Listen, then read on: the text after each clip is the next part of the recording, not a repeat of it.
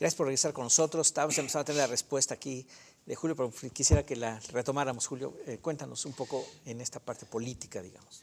Mira, tres elementos en la respuesta. Primero, a mí me parece que efectivamente muchas de estas desigualdades de las que estamos hablando se explican no por la geografía o la naturaleza, sino por la mala calidad de las instituciones, y la mala calidad de las instituciones muchas veces tiene que ver con la mala calidad de la política. Guerrero no es lo que es hoy día porque tenga montañas. Sí. Guerrero es lo que es hoy día porque ha tenido desastrosos gobernantes, ¿correcto? Segundo, efectivamente un estado como Oaxaca, que tiene muchísimos municipios por el hecho de que reconoce usos y costumbres y muchas expresiones indígenas locales, sí presenta un problema, ¿no es cierto? Y es que muchos de los proyectos de desarrollo pues necesita cierta masa crítica. Y cuando todo está dividido en tantos lugares tan pequeños, pues a veces cuesta conseguir ese tamaño básico para hacer ciertos proyectos viables. Sin embargo, también eso puede ser en el mundo moderno, eso también puede ser una fuente de desarrollo. Por ejemplo, yo he estado trabajando mucho en Colombia recientemente y ahí los colombianos están haciendo de esta gigantesca diversidad geográfica y cultural que ellos tienen la base de toda su nueva estrategia para colocar su café, que como tú sabes es un café muy exitoso en el mundo. Sí, entonces ellos, muchísimo los cafetaleros colombianos. Correcto, ¿no es cierto? ¿Y qué es lo que ellos hacen? Decir, mira, nosotros ya no vendemos un café, vendemos 500 cafés. El café de aquí, el café de acá, el café de allá. Sí. Lo mismo está pasando con el cacao. Sí. ¿Correcto? Hoy día tú vas a un supermercado y ya no te encuentras dos tipos de chocolate, hay 80 chocolates. Esos chocolates diversos vienen de estas diversidades, de estas realidades tan fragmentadas. Turismo, de vuelta, muchas corrientes de turismo que ya no están buscando solo ir a Cancún y a la playa, ¿verdad? Sino que están buscando estas otras experiencias asociadas a la cultura, al patrimonio cultural. Entonces, no es que sea fácil, pero lo que te quiero decir es que en lo que aparece como muy difícil y como muy adverso en muchos lugares del sur y del sureste de México, puede ser la base de nuevos desarrollos y de nuevos negocios. Sí. Déjame ver si puedo tratar de sacar un hilo conductor de estos ejemplos que planteas. Mira, yo creo que, por ejemplo, hay políticas, esta diversidad, esta pulverización en los municipios genera dificultades de coordinación entre los alcaldes, los presidentes municipales, etc. Eso es obvio, entre más son, más difícil cuesta ponerse de acuerdo, ¿no? También la política pública se dificulta. Tenemos ejemplos de política pública totalmente, que no es regresiva, que está bien enfocada, bien focalizada, como el Fondo de Infraestructura de Inversión en la Infraestructura Social, el FAIS, que aporta mayor recursos per cápita cuando el municipio está en condiciones mayores de pobreza. Sin embargo, cuando tienes una masa crítica muy pequeña de población, pues de todas formas el recurso no alcanza ni para construir 1 kilómetro de carretera, ¿no? Entonces, aun cuando esté bien focalizado, cuesta trabajo. Pero regresando al tema que decíamos de la importancia del ciudadano, del sector privado en ser el motor de desarrollo, creo que los ejemplos que puso Julio van más allá del microchangarro. Tienen que ver con la decisión de tomar estos ciudadanos la política económica en sus manos y de tener proyectos productivos no de microchangarros, sino proyectos productivos con un verdadero enfoque territorial que busquen hacer de ese territorio biodiverso con sus características verdaderos motores de desarrollo. Yo creo que por ahí.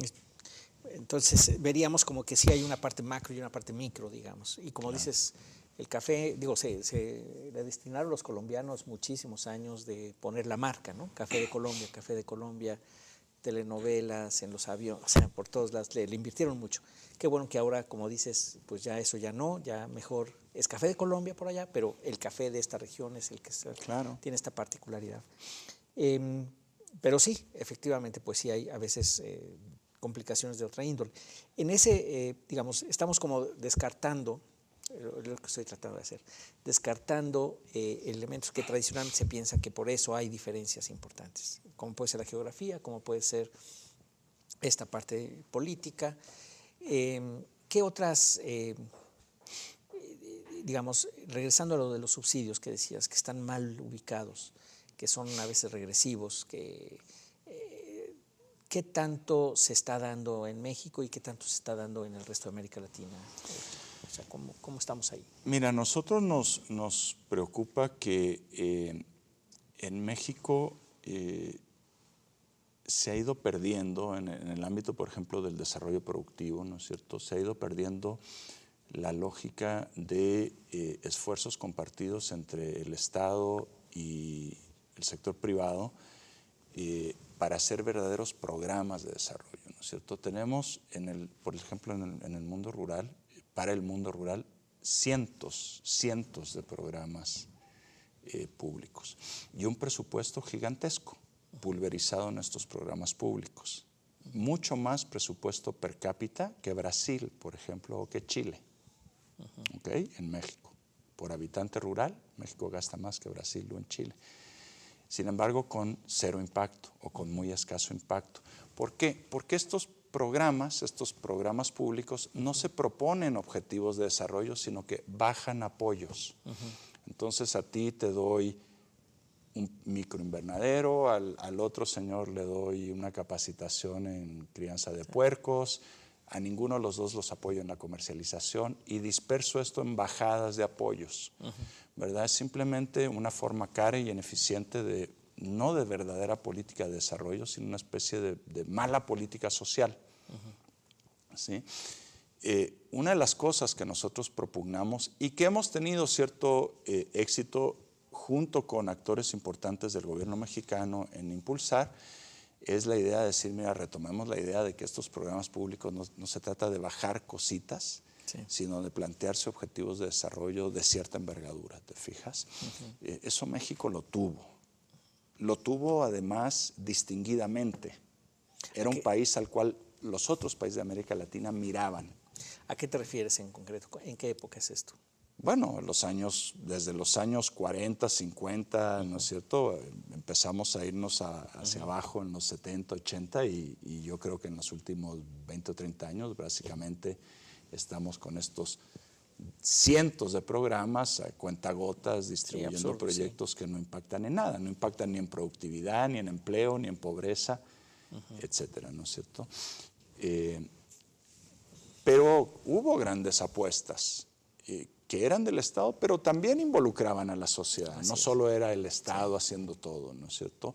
Vuelvo al desarrollo del norte, el desarrollo del Bajío, los sistemas de riego, de infraestructura, de carreteras, de electrificación, puertos. Bueno, ahora serán otras cosas. Yo no digo que vamos a hacer las mismas inversiones o el mismo tipo de programas, ¿no es cierto? Pero sí se requiere una nueva política de desarrollo económico regional que no sea simplemente bajar cositas, sino decir, bueno, ¿a dónde queremos estar en 15 o 20 o 30 años? Y ahí en esas políticas es que yo creo que las sociedades locales deben de tener un rol clave.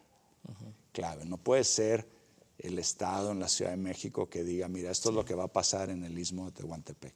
No, tiene que ser el Istmo de Tehuantepec, ¿verdad? Y eso, bueno, se ha hecho en muchos países, con menos capacidades, con menos recursos que acá. Nicaragua ha hecho un desarrollo tremendo, por ejemplo, de su industria de la carne. Nicaragua, una fracción de capacidad de la que tiene México. Sí. ¿Por qué no? Gerardo.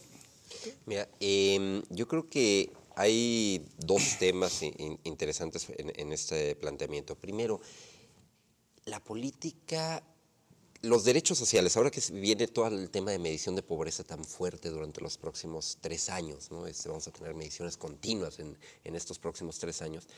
Y esta política social ha puesto el ojo en la medición de pobreza y ha determinado todas estas carencias sociales. La que más duele es la carencia de bienestar económico, ¿no? Los ingresos de las personas.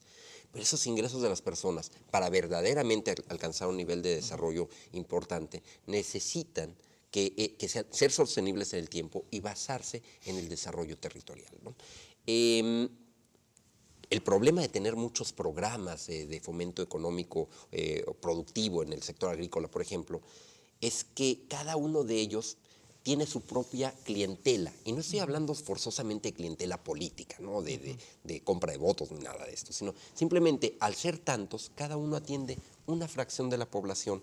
Y como decía Julio, le da los que se dedican a dar invernadero van a dar el invernadero en este lugar, los que se dedican a otra cosa van a dar eso. Entonces van pulverizando toda esa política pública, ¿no? Y no se ha logrado verdadera política coordinada en territorios específicos, ¿no? Y por otra parte, los sujetos de derecho social, la población en situación de pobreza es la que más difícil acceso tiene a estos programas productivos, ¿no? Y cuando tiene más difícil acceso, pues se ve limitada en todas sus capacidades. Yo creo que tenemos las bases, tenemos un programa de transferencias condicionadas que es de los más grandes del mundo, ¿no? 5.1 millones de personas. Ahí está la masa crítica de los sujetos de derechos sociales que requieren un potencial de apoyo, ¿no? Y pensar en verdaderamente cómo lograr apoyar a las familias beneficiarias de Prospera, pero no con el enfoque tradicional de beneficio a la familia, porque esto te lleva al microchangarro que, si bien te va y si es que llega a ser exitoso ese microchangarro, sacará a una familia de pobreza, ¿no? Yo creo que es más importante pensar en atender a esas familias en situación de pobreza con un desarrollo territorial cuyas decisiones partan, como decía Julio, del consenso de la comunidad, ¿no? Bueno, nos tenemos que ir a un corte, regresamos, estamos con ustedes en CEI en Contexto, volvemos en un momento.